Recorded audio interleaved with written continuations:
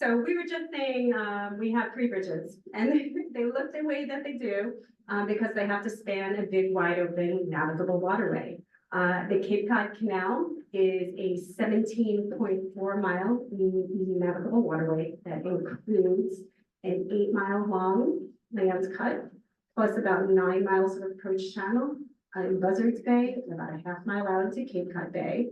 And that's so we can guarantee waterway that's at least 32 feet deep by 480 feet wide. It is here to provide a safe shortcut for vessels heading up and down the eastern seaboard. It saves about 135 miles of coastal travel. So that means it saves time, it saves fuel, it saves money.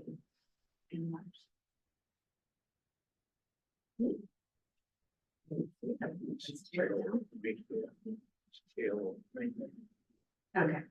Now, the vessels that are using the canal today, we have, let's see if I can get this to move.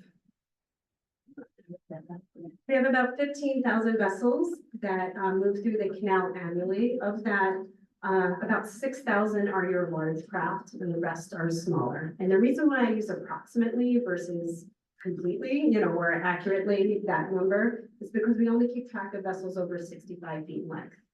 If you are shorter than that, you come and go as you like, as long as you're seaworthy and have adequate power. If you're bigger than that, you have to ask permission to transit. And I'm sure the ranger that gave the presentation in the spring talked a little bit about that. But just to kind of give you an idea of the size of the vessels that go through, we provide a clearance of 135 feet underneath the bridges that mean high tide. Sorry, it's a little slow to respond here.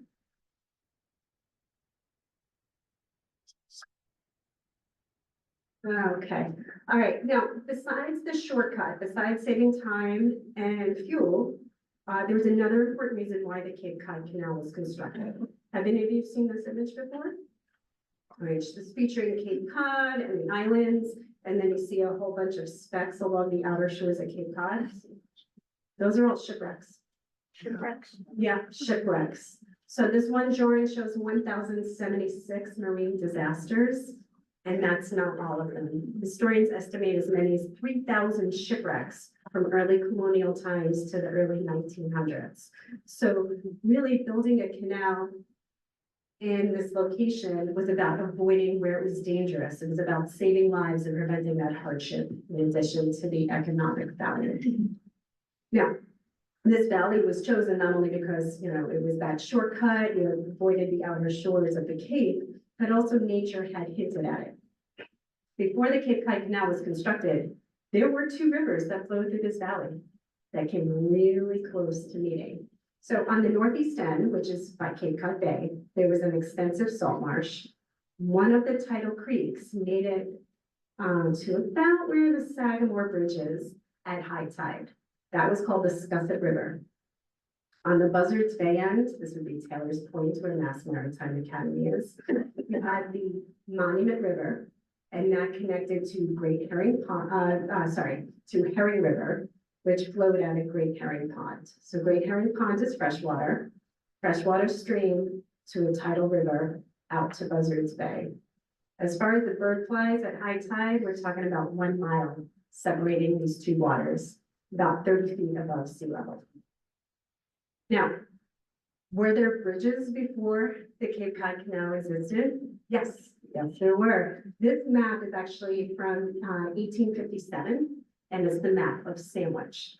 So this is before Bourne existed. So where Bourneville is, it was North Sandwich. Where Sagamore is, was West Sandwich.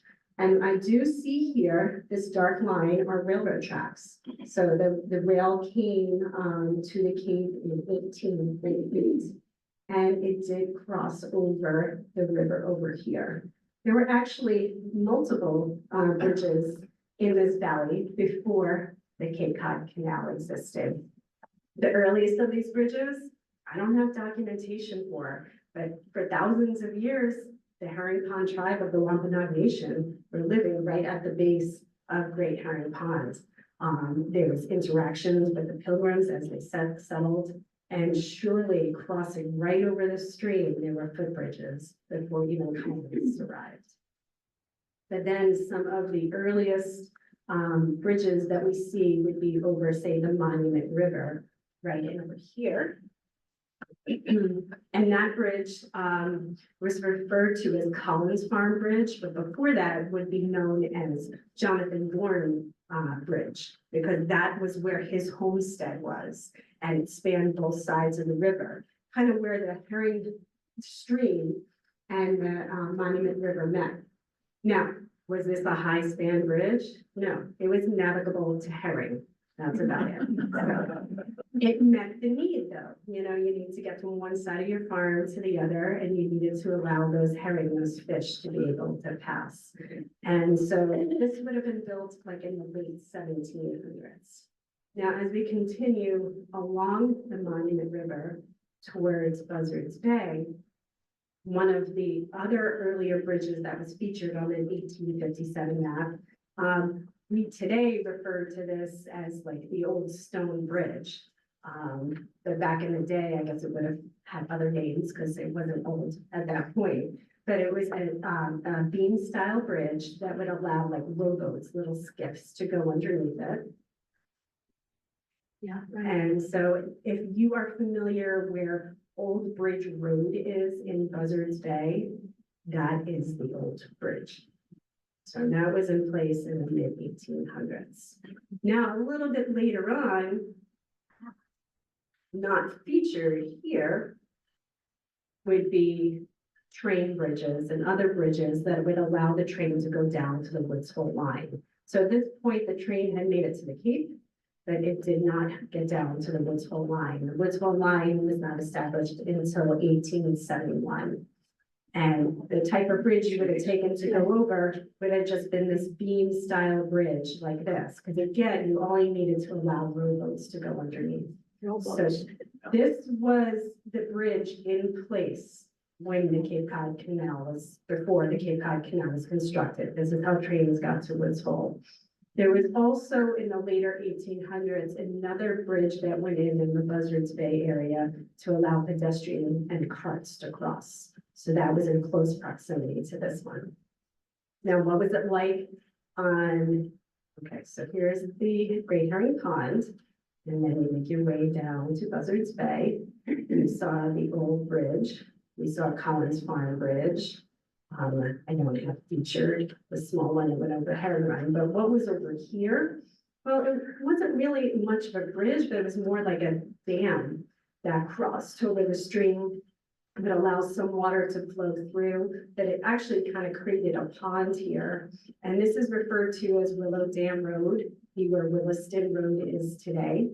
These houses, if you're familiar where Savory Avenue is in Sagamore, or Rainbow Bend, they refer it to as well.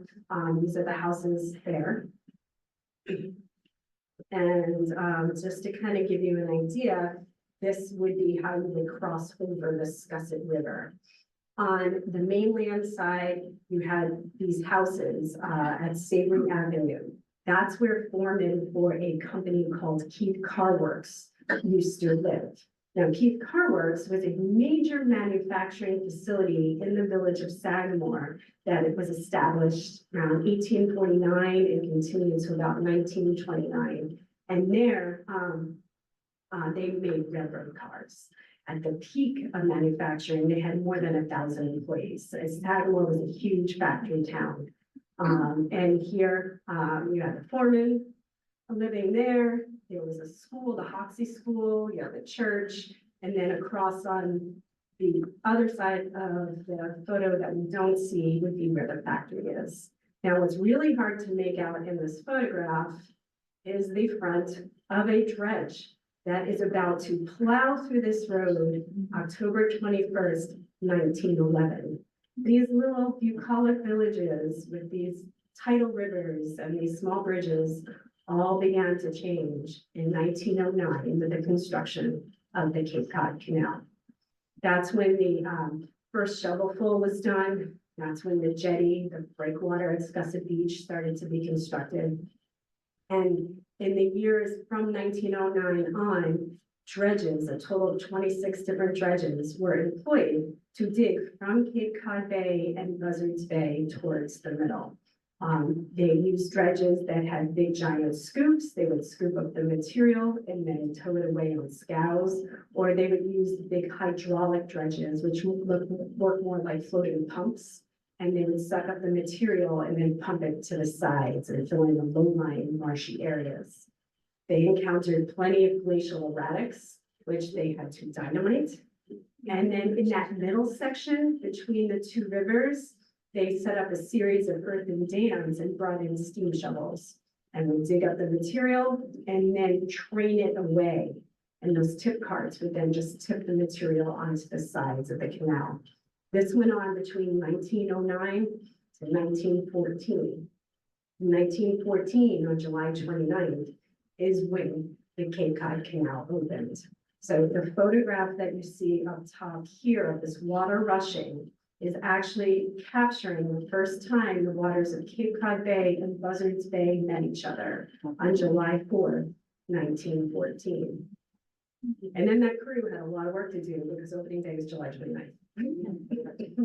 But there were big celebrations. I mean, people wanted a canal since the time of the Pilgrims. So finally the canal opened up with great fanfare. There were boat parades and land parades and lots of dignitaries.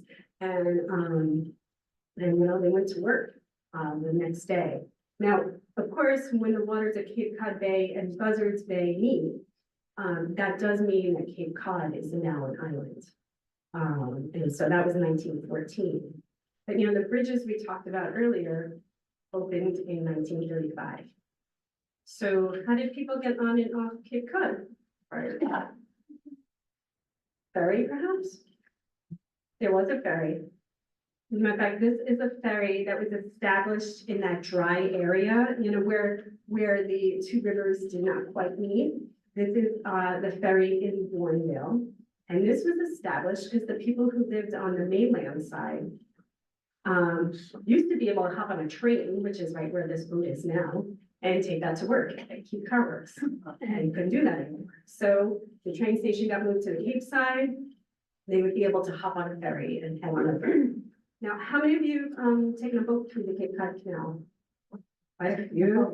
All right. You're familiar with the tidal currents that go through? Yeah. How reliable do you think this boat was? All right. So this is kind of fun. I have a note, a book called Bourneville, the Forgotten Village, and it's written by Donald Jacobs. And it features some clips from the Sandwich Independent newspaper in 1914, highlighting how well the ferry worked. Excuse me. All right, let's see, what do we start with? Monday, ferry refused to do duty and went on a rampage downstream with 5 passengers left on the train. Tuesday, operator caught by an exposed projecting set screw, foot injured, passengers lost train in consequence. Wind and current so strong that people refused to take chances in crossing. Not off to a good start, huh? All right, how about Wednesday? Well, on Wednesday, there was a scow, which is like a work barge, that broke loose from a dredge, came down on current and couldn't stop. The captain shouted that it was bound for an undesirable location unless the tide changed. And because of that, the ferry was out of commission more than in commission. And the time to cross over the canal ranged anywhere from 2 minutes to 25 minutes. Now, Thursday, serious accident averted by the narrowest of margins. Engine refused to do duty an hour of greatest velocity. They had to throw the anchor over. Not great, not great. So it goes on and on and on. And then it was kind of cute. Later in August, there was 3 days in a row where it was quoted, the ferry was ashamed of past record. It was on good behavior. So 3 good days. And then the following day, the tired of being good, it backslid, the engine refused to work, passengers left for train. And then it keeps going on, and then eventually ferry caught fire, all their events insignificant in comparison. Yeah. Passengers advised to carry pails of sand in case it happens again. So it didn't get off to a very good start. There had to be another way for people to get over the canal, right? And it was. There were highway bridges when the canal opened in 1914. This is the construction of the Bourne Bridge in 1911. Not the Bourne Bridge we're used to seeing, but the original Bourne Bridge over the Cape Cod Canal. So the original Bourne Bridge was a drawbridge. Rolling bascule means, at the base of these spans of these leaves, would be like a counterweight to help it pivot up and down. Double leaf, so it had two spans. From fender to fender, the opening was 140 feet wide. Just to kind of give you an idea, today our bridges from pier to pier are 550 feet wide. So kind of a narrow passage. The roadway for oak planking. And not a lot of people had cars in 1914, so if you needed to, you could hop on a trolley and take that from New Bedford to Monument Beach. Sagamore Bridge, same setup. Now, the Sagamore Bridge was constructed in the heart of that factory town in Sagamore. So the buildings we see here are that Keith Car Works, that Keith manufacturing facility. And you can kind of see it here. As they started constructing the canal, before the drawbridge was ready, they did have to build temporary wooden bridges to allow people to get back and forth between home and work and school and church. And so there was a series of temporary bridges before the main one was constructed. And then they actually reused the wood from the temporary to set up the docks and the piers for that ferry in Thornhill. Now, of course, there was a train bridge over the canal too. They had to replace that beam style train bridge with a movable one so vessels could get by.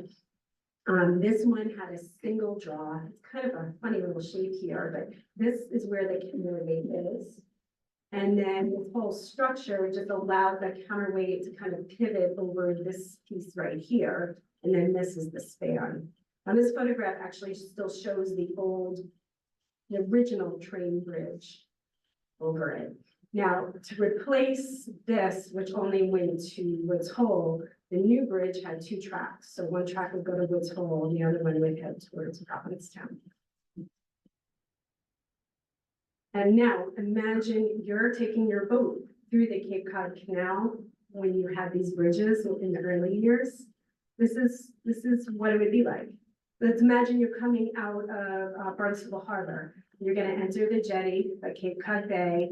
You would see Sandwich on your left-hand side. Very commercial area at the time. If let's say this is right around 1928, you would be greeted by a U.S. Army Corps of Engineers traffic control boat who would record you in.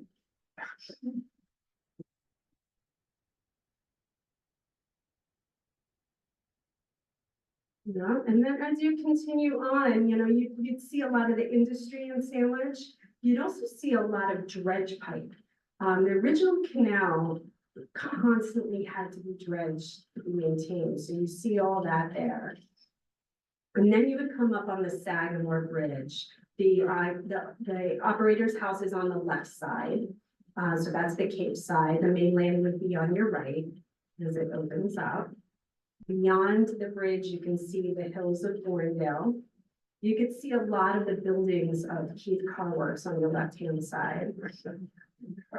Yeah, go over. And then after you pass through, we're going to enter the middle part of the canal. Now, back then, the canal was much narrower. The sides were irregular. There was fresh dredge spoil on the sides. So you're going to see really sandy sides. You're going to see really irregular sides. You're going to see erosion. And then if you don't blink, you're going to get a chance to briefly see the Bourndale Ferry. So that should be coming up like the next frame. So there's the stairs to head down to the ferry, and there's the ferry. All right, and now really quickly, we're at the Bourne Bridge. Mainland is on the right, Cape is on the left. You see the train bridge still in the lower position beyond, and then you see this huge car backup. One car. Are they upset? No, they got the baby stroller. Yeah. So things were a lot different back then. There were a lot less people, a lot less cars. The canal was much smaller, the bridges were different. The Cape Cod Canal, when that film was taken, was in the 1920s. Very different than the canal of the 2020s. Now, when did the original canal start to take on the looks of the canal we're used to seeing today? Well, that pivot point would have been with the passing of the River and Harbors Act in 1927. That act directed the US government to purchase the Cape Cod Canal. That original canal, when it opened in 1914, was a private venture. A private company had built that canal and operated it as a toll waterway. And so the US Army Corps of Engineers really did not formally get involved until March 31st, 1928. Now, why would we want a canal that kind of had some, it was a little wonky, a little weird? Well, we had actually, not the US Army Corps of Engineers, but the federal government temporarily operated the Cape Cod Canal between 1918 and 1920. Why? For national security reasons. In 1918, there was a tugboat pulling barges that decided to go around the Cape versus using the canal, and they were fired upon by a German sub. And those barges were sunk. The US government, for security reasons, took over operations of the canal. They also did a lot of maintenance on that canal because the canal was supposed to be 25 feet deep and often struggled to be even 20 feet deep. There was always erosion, always problems. And so the government took over for security reasons, got it up to snuff, tried getting it back to the company, and the company's like, yeah. And really, that's when condemnation hearings began. And after several years, negotiations happened, and this act authorized $11.5 million to be spent for the government to have a canal with all sorts of problems. A waterway that was really too small for the type of traffic that wanted to use it, whose currents were too strong, that had constant problems with erosion, that had issues with people having to pay tolls and all sorts of other fees. And so when the government first got the canal, the US Army Corps of Engineers, surveyed the mariners. What's my list of problems? All right, we have to work on some of these. Now that photograph on the bottom, that too small photograph, you get a good look at this. This is a steamship by the name of Belfast. This is 1919, so this is when the government actually had the canal. And this is the Sagamore Bridge. Now, the bow of that ship is underneath the approach. It missed the opening. Stiff breeze and a stiff current. This was in April of that year. It was on its first trip of the season, and I would say the last. Fortunately, nobody died. Captain and a couple of passengers did get hurt. And this sat like this for about 30 hours. And during that time, the canal was closed and the bridge was closed. So everybody was detoured over the Ford Bridge. Yeah. Oh yeah, there's a better look at that. Not good. All right. Now, besides hearing from industry what the problems were, US Army Corps of Engineers, of course, also heard from our elected officials. They made sure to contact the office and they let us know they'd like to see the following improvements in the canal. They wanted to have the bends in the canal straightened. And they also desired another bridge across the canal to relieve traffic congestion. So we were already hearing concerns about traffic at the bridges all the way back in 1929. So this is not a new complaint. Now, granted, in 1929, we had drawbridges. In 1914, there weren't a lot of people that had cars. And that changed rapidly in our country. We fell in love with cars, and a few decades later, the drawbridges were obsolete. So their functionality did not last that long. So we knew that we were going to have to replace those drawbridges with elevated bridges to allow ships and vehicle traffic to go at the same time. Now, as far as fixing the waterway, yeah, the canal does take a series of bends, right? Because it follows the river valleys that were there before. And then this whole weird bending thing down here is actually what the approach channel in Buzzards Bay used to look like when the canal opened. So this peninsula is Wings Neck today. And that's when the approach channel in the canal originally began. It met a rock pile where then it would turn up through Phineas Harbor. It would tuck behind Machine Island and Hog Island, and then come to another rock pile, and then turn right to come into the land cut. Now, as a mariner, you not only had to face that, you also had to face a channel that was only 100 feet wide. You had to face a channel that struggled to actually be 25 feet deep, at other times was 18 or 20.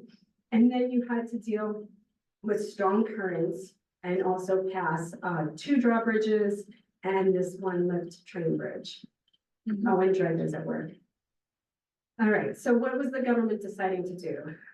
As far as fixing the channel, after going back and forth, should we put locks in to control the current? It was determined that's not the way to go. They're expensive to build, operate, and maintain. Locks also will cause the current to slow down so much that if it was a really cold winter, which it was the first few winters, the U.S. Army Corps of Engineers had the canal would freeze solid and be inoperable. And so they decided to take this tiny little canal, the little dotted lines would be the original channel, and supersize it and make it a much wider and bigger waterway. And then in Buzzards Bay, they're like, we need to straighten this out. We're just gonna cut this island right here in half. And then connect these islands with dredge spoil and build something called Stone and Point Dike right out here to allow for a nice straight approach. All right, so we're taking the original canal owned by a gentleman by the name of August Belmont that was 100 feet wide and making it 480 feet wide. And we're gonna line the entire length of the land cut with these rocks called riprap to prevent erosion. Now, to do this, we are going to leave his channel in place and operable. And wherever possible, we'll start digging in the dry right here, place our rocks, and then the material that's in between the 2 sides, then you can dig that out later. So you can kind of see that in this photograph here, where the new sides are in place, and then the stretch is coming back to remove all this. Now, what might be hard to see, especially for my audience, my live audience, behind here is our current bridge. Before all the widening and deepening happened, the first thing the U.S. Army Corps of Engineers did to improve the waterway was to replace the bridges. While we were still figuring out what to do with the channel, we knew we needed elevated bridges. And in 1933, the National Industrial Recovery Act was passed. This was the time of the Great Depression. This is your New Deal program. In this, $4.6 million was allotted to build the Bourne Bridge, Sagamore Bridge, Train Bridge, and excuse me, and to widen the canal from 100 to 205 feet wide. So 4.6 million, that was a lot. That's pretty good. Yep. And so, all right, as far as where these bridges are going to go, these 2 photographs here actually show the Cape Cod Canal in 1935. And I know that because this was the only time where you can see 6 bridges over the Cape Cod Canal. You have up here the original Sagamore Drawbridge. And this location was chosen to be right in the middle of what was Keith Car Works. In this photograph in 1935, they were closed for business. Their last day of operations was in 1929. So this whole footprint is eventually going to become Cape Cod Canal. Now, the new bridge, we knew we needed to be elevated. We wanted to have a clearance of 135 feet. Because was the standard for all major ports at that time, to allow all the ships, including military ships, to be able to go through. And so the Sagamore Bridge was built into the hills about a half mile further inland. While that was happening, the Bourne Bridge was being built about a half mile further in from where the original draw was. Yeah. Now, I know this bridge is open for operation because this draw is already being dismantled. They left these bridges in place and fully operational until these were completed. These opened June 22nd, 1935. Now I know this is before December, because when I look here, I see the old train bridge, and then I see the new, our current train bridge, but it's missing something really important, the entire center span. This was not completed until December of 1935, so you can get pretty close to dating this photograph. All right, so construction, how did it work? And what did we choose? Oh, here's something fun that I forgot to mention. When the Corps of Engineers was figuring out, okay, how we replacing bridges, they tried throwing out a plan, an idea to remove the two drawbridges and replace it with one 6-lane high-level highway bridge and then one high-level railroad bridge in the middle. That plan was met with violent opposition from local interests, quote, the New Bedford Standard Time. Yep. All right. I'm not surprised to hear that. Let me just see if I have any other notes. All right, so teams basically worked from either end towards the middle. The foundations began in December of 1933, and then the superstructures, the steel part, went up in 1934. Can you imagine this ladder right here?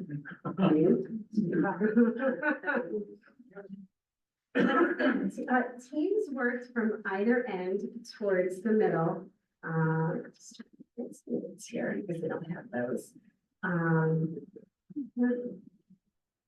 I love this series though. You're like almost done, but not quite. All right, everyone know what bridge this is, right? All right, it's the boring, the long approach. That's your tip right there. And for those that don't realize, not only is it continuous arch bridge, we are suspension bridge too. The roadway over the water is being suspended by the arch with all these cables. All right. And then while those highway bridges were being constructed, the railroad bridge was being constructed at the same time. And the reason why this one took a little bit longer than the highway bridges is because this bridge is so heavy with all the counterweights and the center span and the tracks. They had to sink foundation for the towers 62 feet below sea level. Now, that was a problem because, well, it turns out there's a lot of boulders around. You know, Cape Cod was formed by glaciers, and when those glaciers melted, they left behind a lot of glacial erratics. And so they had to blast more than 350 tons of rock to be able to drive the sheet down, the steel sheathing down to make the copper dams to be able to then set those towers. So another thing I found really cool, actually, looking at this. Okay, so the way that they built it, you know, they had to build the towers first, and then as they're starting with the span, now, the canal is fully operational. Though here at this point, you know, the original train bridge is in the lower position. But they built each span from each side. So there are panels from this side and then panels from this side. And the only time they closed the canal to shipping was in this photograph here. 5 days it took them to build the center panels to then raise it to the up position. And by the way, look how cold it was. This was not easy work. There was really cold winters. Now, this did provide much needed work for people in the local area. In accordance with the provisions of the Federal Emergency Administration of Public Works, so that's the PWA, that's who oversaw this project, work was to be distributed as widely as possible. Almond and Bourne, then it was expanded to Sandwich, Falmouth, and Barnstable, and then eventually all became Wareham and Plymouth, to anyone who wanted to and to be able to work. Let's go back just a little bit. They had 4 shifts working on each of the bridges. You had 2 that were 5 hours and 2 that were 6 hours. Manual labor, hand labor was preferred to machine labor. And the thing to think about is every single beam on those bridges was riveted together. There were no machine made bolts.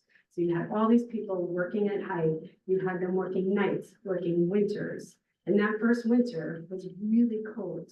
On the railroad bridge alone, 19 men reported being frostbitten.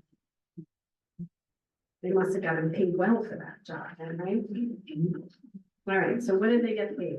Now, this is amazing. So you have this gentleman right here, who I believe is Mr. Eldridge, Benjamin S. Eldridge.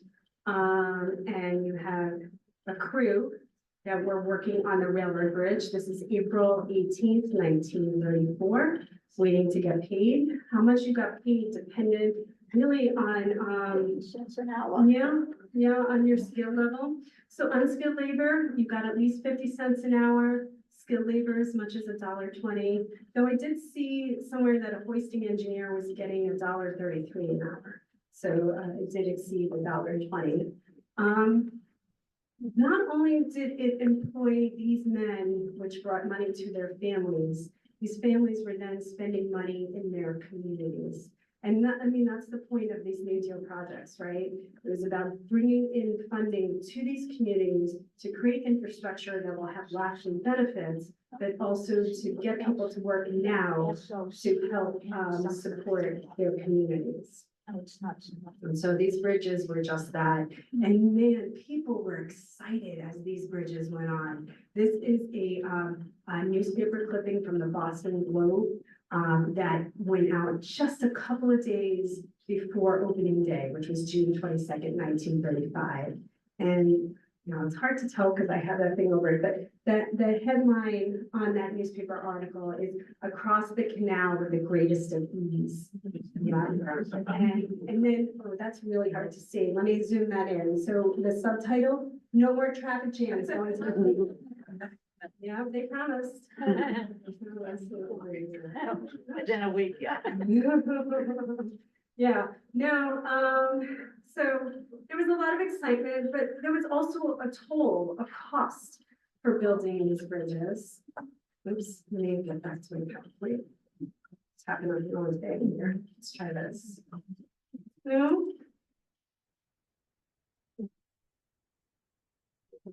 Yeah, unfortunately, in this article, they also spend a little time talking about how 3 men have lost their lives in the construction of these bridges. One at each bridge. So at Sagamore, it was a diver who a piling had fallen on their air supply line and cut them off there. Bourne Bridge, I can't believe only 1 person died because they said 4 men fell from staging that was 70 feet high. And then that timekeeper fell while on the railroad bridge and suffered fatal injuries and fell into the pier.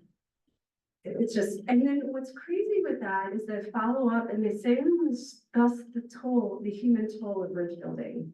Like it was normal. It was expected at that time for, you know, every $1 million spent on an infrastructure project like that, someone would die. There was no OSHA. Standards were so different then. It was actually applauded with the canal's entire reconstruction, which was the bridges and the widening and the deepening, that only 5 men died. Standards have changed quite a bit, you know, so things were very different back then. Unfortunately, they've changed.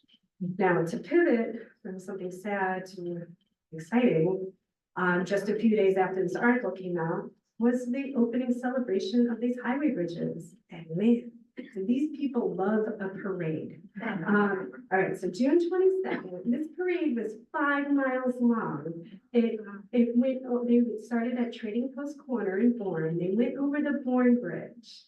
They went along the canal on the mainland side. Yeah. Went over the Sagamore Bridge and ended in Sagamore Village. There was ribbon cuttings with the governor on the Bourne Bridge, and then Mrs. Belmont, who is the widow of August Belmont, the gentleman who financed the first canal. She cut the ribbon on the Sagamore.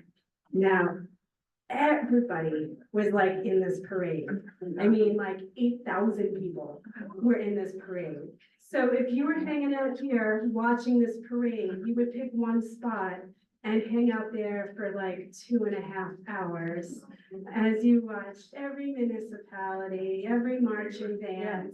People had floats. There were contests, there's some pretty solid baton swinging, spinning, I should see soon. You know. Kind of even when I was there.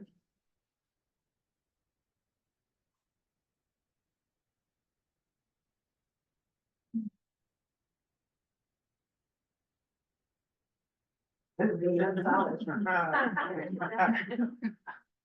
It was good, right? 2.5 hours, and no one had a camp chair.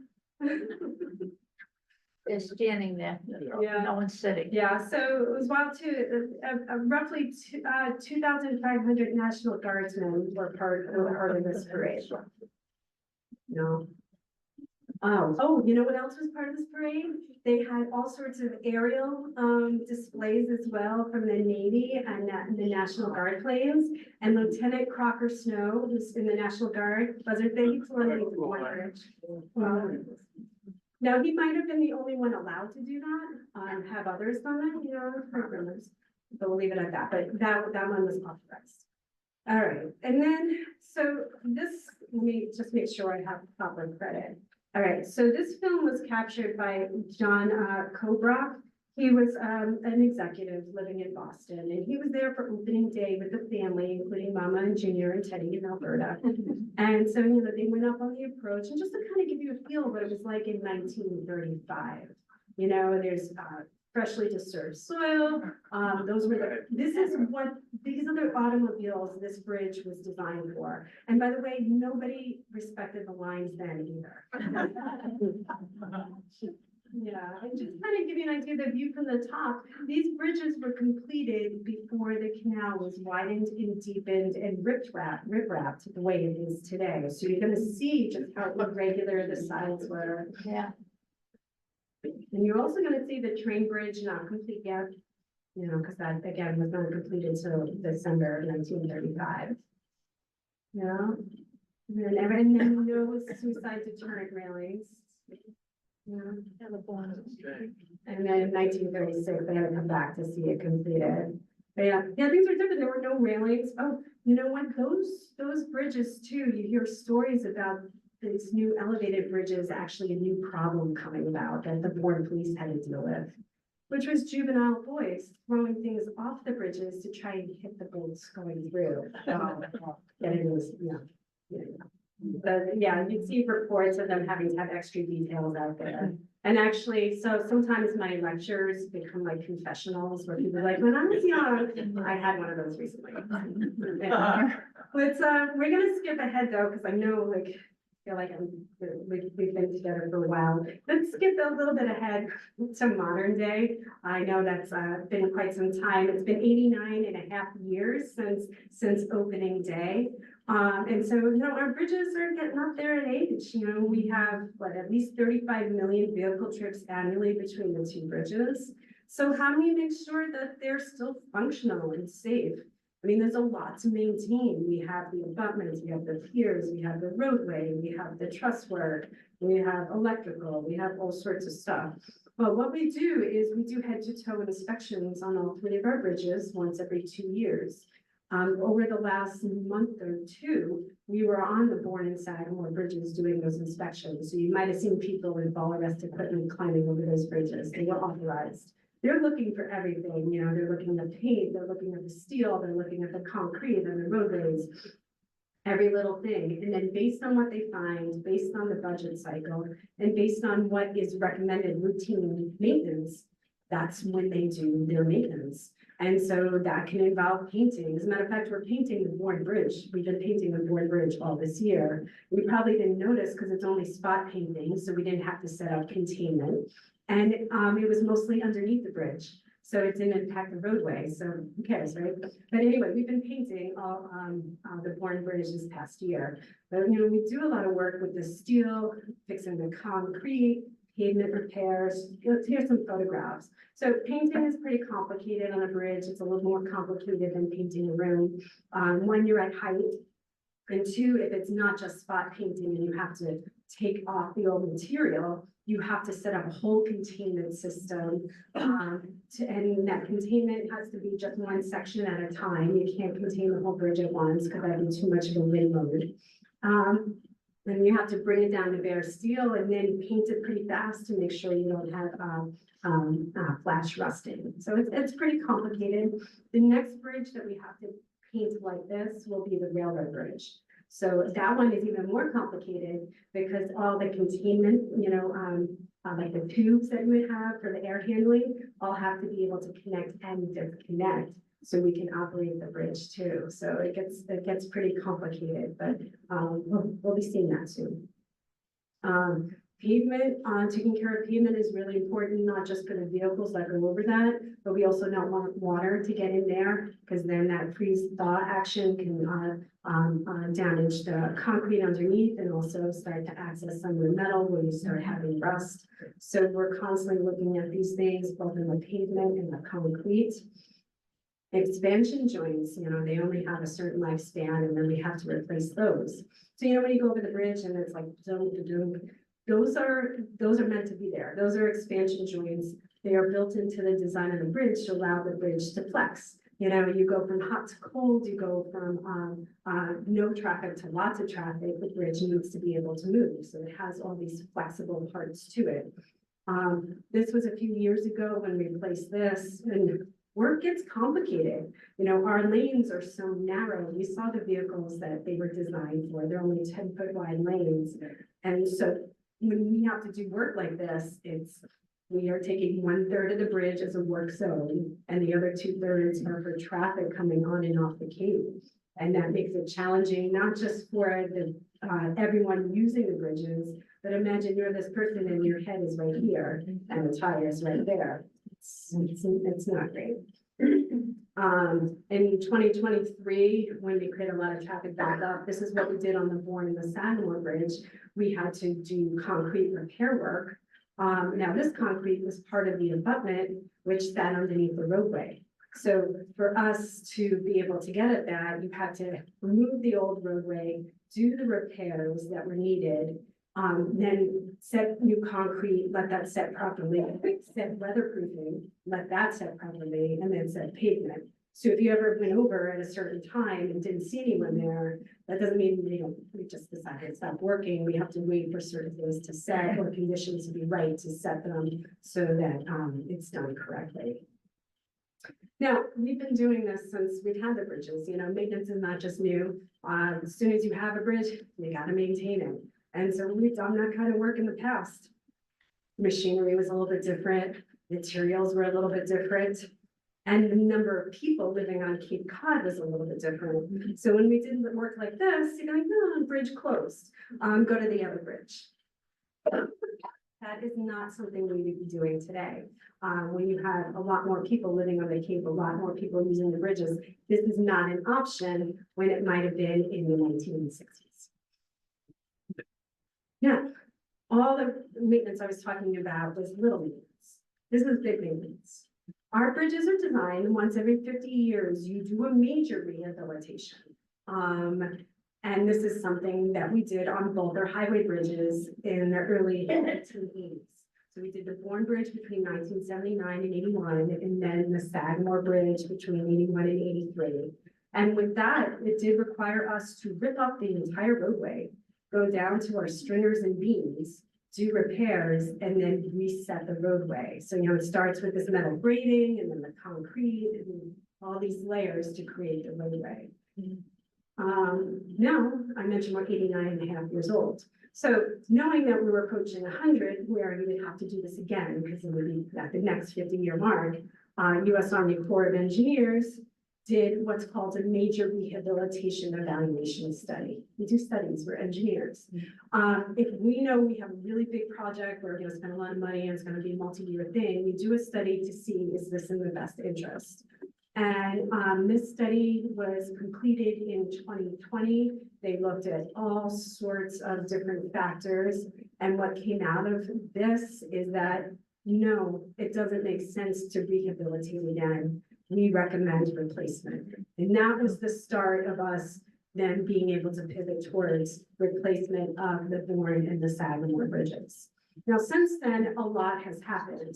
U.S. Army Corps of Engineers is responsible for the bridges we have today, but the future bridges that will be spanning the canal will be a state constructed project. Yes, we have. And it makes sense because new bridges without having new connectors, new roads, does not make any sense. And to have two separate agencies running on two different timeframes with two different sets of permits and budgets to try to match up doesn't make sense. So the state is the lead agency in what is now the Cape Cod Bridges Program, which is building new bridges and new multimodal transportation around the canal, new ways to move vehicles and pedestrians and cyclists around. And I'm assuming many of you may have been, keeping up on this. These images here are just some images that are available on the mass.gov website, where they are recommending that the highway bridges that we have today be replaced with what's called a two-bridge system, where you have travel lanes going, where you have the two travel lanes coming from the highways, but then you have a third lane, which would allow the local traffic to merge on and off the bridge without having to go directly into the highway lanes, and then having the breakdown lane. Now, having the two of these side by side means we're looking at structures that are going to be more than twice as wide of a footprint as we have today. So I know a lot of people are like, when are they gonna go up? Where exactly will they be? What will the roads be like? How much are they really gonna cost?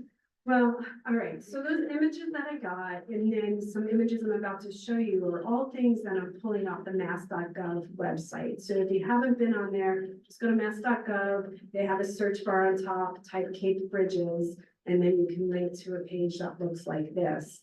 And from there, these are some of the renderings that they had on the website of what they're proposing, the bridge will look like, from on top of the bridge, from the canal, having the piers be completely out of the water. It's easier to build, easier to maintain, and less likely to hit that ship's gonna hit. So again, what these things are being proposed to look like.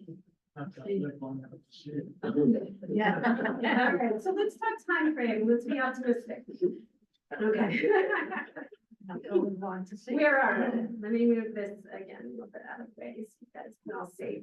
Okay, so the state is in the phase where they are preparing the environmental impact reports and statements that are required at the state level and the federal level. That's a 2-year process, and they're about 10 months into that. So they're almost at the halfway point. When that is completed, then they could go out for bid for design construction, which is roughly a 2-year process as well. So if things go smoothly, in another 3.5 years, you'll be seeing work begin. Just beginning at the end. Yeah. So things take a little while. There's a lot more requirements and expectations that we have now than we had in 1933. Like, we don't expect people to die. We have environmental concerns. So this is where we're at. As far as funding goes, it's been coming in chunks and different grants. And a few years ago, the state decided to just ask for the full funding for the Sagamore versus the Sagamore and Bourne together, hoping that would make them more competitive. And this past year, they received what will be the rest of the money they need for the Sagamore. So the Sagamore is pretty much funded, and then they'll continue to ask for funding for the Bourne. But all of the prep work they've done, years of studies, of surveys, this environmental is for both locations. So the final would just be for the design construction for the Bourne. Now, how do I know this? I'm just a park ranger. I've just been going to their website to try and stay updated because, like you guys, I care because I use these bridges. For me, they're part of my daily work requirement. Now, the latest update that they're gonna give, they are hosting an open house on this upcoming week on November 18th. They have daytime hours and nighttime hours, and that's at, in Buzzards Bay at the Bourne Veterans Memorial Community Center. I do find if you don't make it to these things, they do end up posting all of their visuals on their website, so you'll be able to view that afterwards. So, One memorial. no, without further ado, I feel like I've taken a lot of your beautiful day. So I would love to open up to any questions or stories you guys might have. If the Bourne Bridge, and they're still trying to get the funding and the Sagamore is under construction, so is the Army Corps of Engineer then responsible still for the Bourne Bridge while the Sagamore? Yeah, good question. So U.S. Army Corps of Engineers will always be responsible for our bridges that exist until they no longer exist. And the plan is to have our bridges fully functional until they're no longer needed. Yeah, and then the state was always talking about trying to make sure everything is fully functional as they build alongside. So there's been other big bridge replacement projects, you know, in the Northeast over the years. And so they'll model after those, like something like the Tappan Zee Bridge, you know, so you have the old infrastructure, new comes in and then you get rid of the old.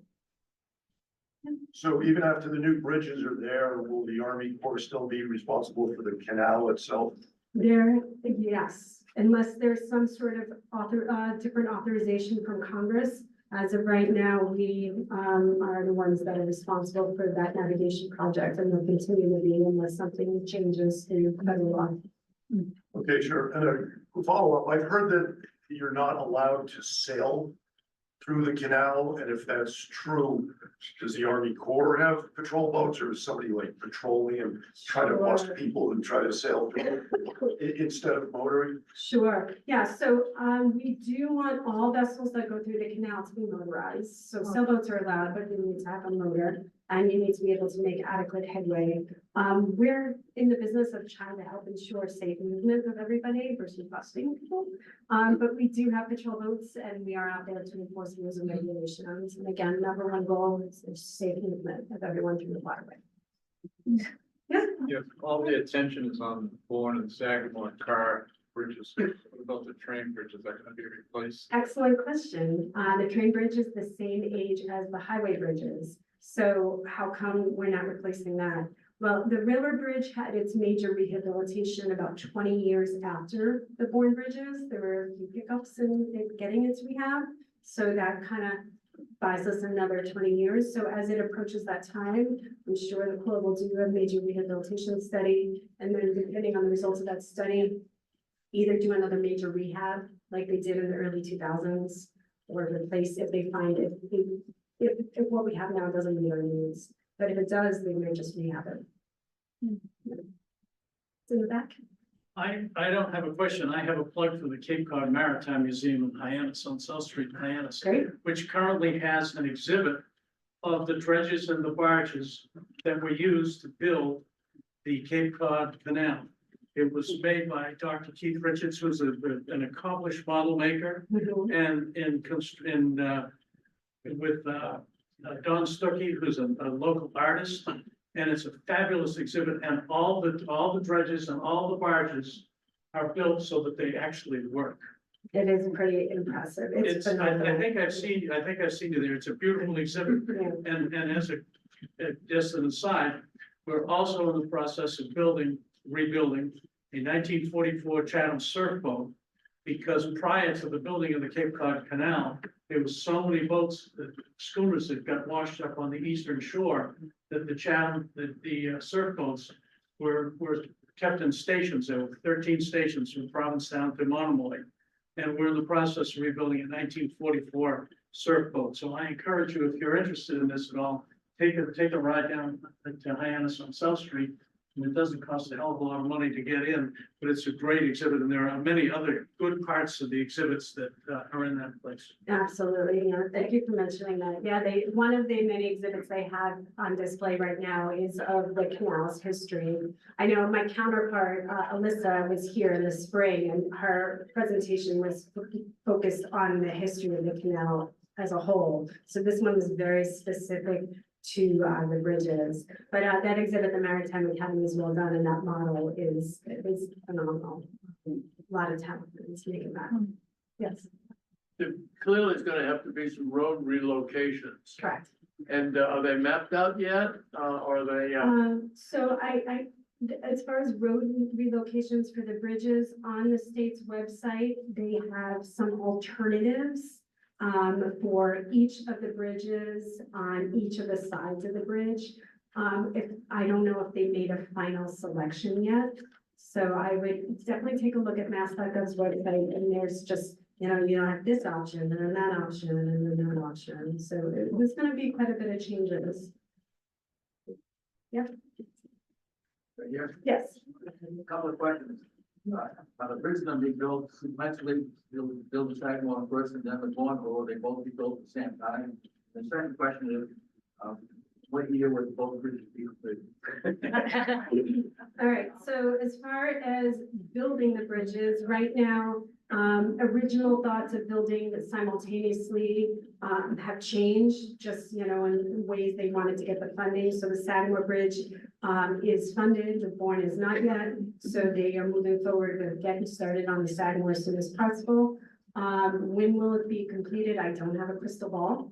And so I can't remember, they do have timelines on their website of, from first shovelful to the last shrubbery planted, how long they would think that would be. But I can't remember exactly, so I don't want to tell you the wrong thing. Do you have a follow-up? So, yes, is there some approximate, so I can put it in my calendar? Yeah, take a look at Mass.gov's website. Yeah. No, okay, in front of you. Yes. How many, before we actually had the Sagamore Bowl, the train bridge, how many bridges were there to get over to the Cape? So before the canal was constructed. Yes, like how, Prior to 1914, so you had, over the Monument River, there were, two ways for the train to get over, one for the line that would head towards Provincetown, the other that would head towards Woods Hole. So you had those two train trestles. In Buzzards Bay, there was a bridge for pedestrians and carts. Old Bridge Road, there was that stone bridge there. And then there was I don't know, a smaller type one that went over by Collins Farm. And then there would have been something small over the Herring River. And then when we had, it's so hard, because again, you gotta think these aren't huge, massive bridges. Some of them were more like overpasses. And then, by the Gusset River, there was at least one. So what did you add on to?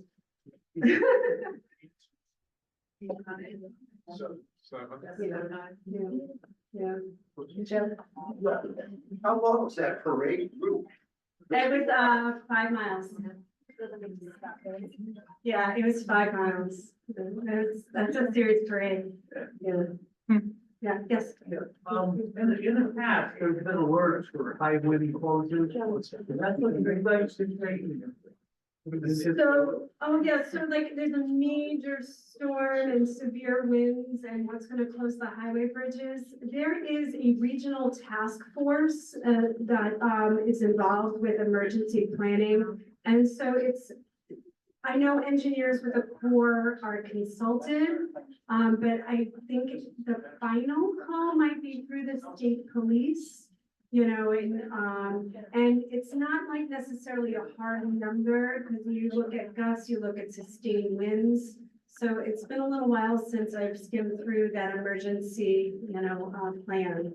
But that would still exist. And the point of that is that if you have really high sustained winds, you want to make sure that, say, like a box truck is not going over and end up sideways and physically closing the structure. Because of an accident like that. So is the height of the new bridges gonna be the same as the old bridges? Oh, the height of the bridges, that's a good question. So, my understanding as the engineers are planning for the new bridges, you gotta, plan for like them to last 100 years. So the canal needs to have a clearance of 135 feet, so they will look at projected sea level rise. And so those bridges will be higher based on what they project sea level to be. Now, I know the train bridge is still there, so, but I think they would be making the new bridges with that in account. So the Bourne Bridge would be a longer approach than it is now. Yeah, I would say both bridges are gonna be a longer approach, not just to about, getting it higher, but also meeting modern highway standards. So, we know that means wider lanes, right? But it also means not as steep of a grade, because the grade that we have now doesn't meet the modern highway standards with the speed of vehicles. So I think it's gonna be a pretty modern thing. Yeah, anything else? Well, feel free to come up to me if you have questions or stories afterwards. Thank you so much.